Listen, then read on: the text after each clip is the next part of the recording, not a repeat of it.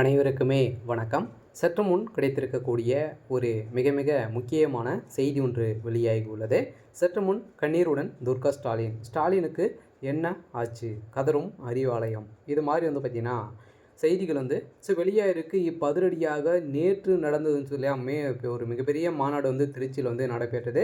இந்த மாநாட்டின் அடிப்படையில் முதலமைச்சர் ஸ்டாலின் அதே மாதிரி பார்த்தீங்கன்னா திமுக சார்ந்த முக்கிய அமைச்சர்களும் நிர்வாகிகளும் கலந்து கொண்டு முதலமைச்சர் ஸ்டாலின் அவர்கள் பேசி முடித்துட்டு சிறப்பாக பார்த்திங்கன்னா இது முடித்துவிட்டு வீடு திரும்பும்போது பார்த்தீங்கன்னா திடீர்னு சென்னை அருகே பார்த்தீங்கன்னா அதிரடியாக முதலமைச்சர் ஸ்டாலினுடைய கார் பார்த்தீங்கன்னா விபத்துக்கு உள்ளானதாக ஒரு தகவல் வெளியாக இருக்குது. இந்த தகவலின் அடிப்படையில் தான் துர்கா ஸ்டாலின் அவர்கள் பார்த்தீங்கன்னா கதறி கதறி எழுந்த சம்பவம் பெரும் பரபரப்பை ஏற்படுத்தியிருக்கு.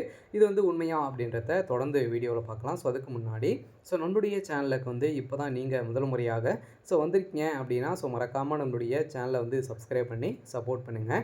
வாங்க வீடியோக்குள்ளே போகலாம். பார்த்தீங்கன்னா இப்போ முதலமைச்சர் ஸ்டாலின் அவர்கள் நேற்று பார்த்தீங்கன்னா திருச்சியில் ஒரு மிகப்பெரிய மாநாடு நடந்தது. இந்த மாநாட்டில் ஏற்கனவே பார்த்தீங்கன்னா கலந்து கொண்டும் போதே இந்த மாநாடு நடத்தக்கூடாது அப்படின்ற மாதிரி நிறைய எதிர்ப்புகளாக பார்த்தீங்கன்னா இந்த மாநாட்டுக்கு வந்ததாகவும் முதலமைச்சர் ஸ்டாலின் அவர்கள் பார்த்தீங்கன்னா அந்த மாநாட்டில் கலந்து கொண்டும் போதே பார்த்தீங்கன்னா அவருடைய கார் விபத்துக்கு உள்ள போகிறதாக ஒரு தகவல் வெளியேறிச்சு. அந்த கூட்ட நெரிசலின் காரணமாக பார்த்தீங்கன்னா அதிரடியாக அவருடைய கார் விபத்துக்குள்ளே உள்ளானது.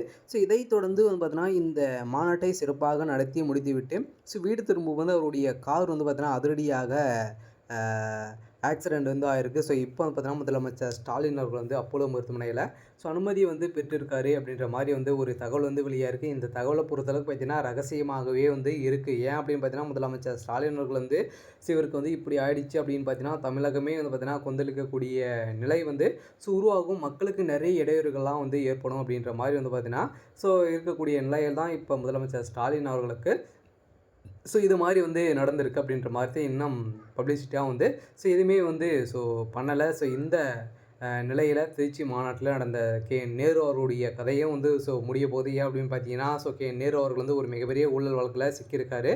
அதே மாதிரி அவருடைய திருச்சியில் அவருடைய கோட்டையாக வைத்திருக்கக்கூடிய நேரு அவர்களுக்கு இப்போ பார்த்தீங்கன்னா இந்த மாநாட்டில் அவருக்கு நிறைய எதிர்ப்புகள் கருப்பு கொடி காட்டியும் திமுகவினர் பார்த்தீங்கன்னா அவமானப்படுத்தக்கூடிய நிலை அங்கே உருவாகியிருக்கு.